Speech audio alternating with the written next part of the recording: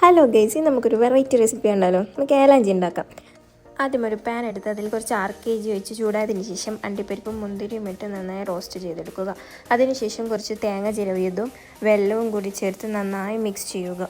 ഇതൊരു ഹെൽത്തി റെസിപ്പിയാണ്. പഞ്ചസാരയ്ക്ക് പകരം വെള്ളമാണ് ഇവിടെ യൂസ് ചെയ്യുന്നത്. ശേഷം ഒരു മുട്ടയും കൂടെ പൊട്ടിച്ചു വെച്ച് നന്നായി ഇളക്കി യോജിപ്പിക്കുക. തേങ്ങാപ്പണ്ടം ഇവിടെ റെഡി ആയി കഴിഞ്ഞു.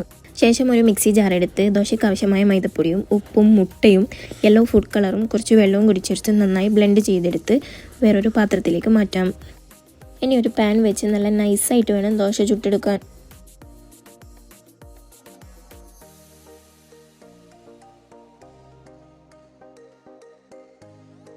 ചുട്ടെടുത്ത ദോശ വേറൊരു പാത്രത്തിലേക്ക് മാറ്റി നമ്മൾ ഉണ്ടാക്കി വെച്ച പണ്ടം കുറച്ച് അതിലേക്ക് ചേർത്ത് വീഡിയോയിൽ കാണുന്നത് പോലെ റോള് ചെയ്തെടുക്കുക.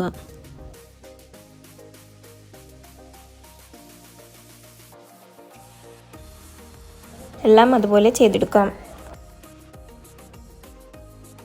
അങ്ങനെ നമ്മുടെ ഏലാഞ്ചി ഇവിടെ റെഡി ആയി കഴിഞ്ഞു. ഇതിന് നമ്മുടെ നാട്ടിലെ ഏലാഞ്ചി മയ്യത്തപ്പം എന്നൊക്കെ പേര് പറയും. നിങ്ങളെന്താ ഇതിന് പറയുക എന്ന് കമൻറ്റ് ചെയ്യണേ. Thanks for watching.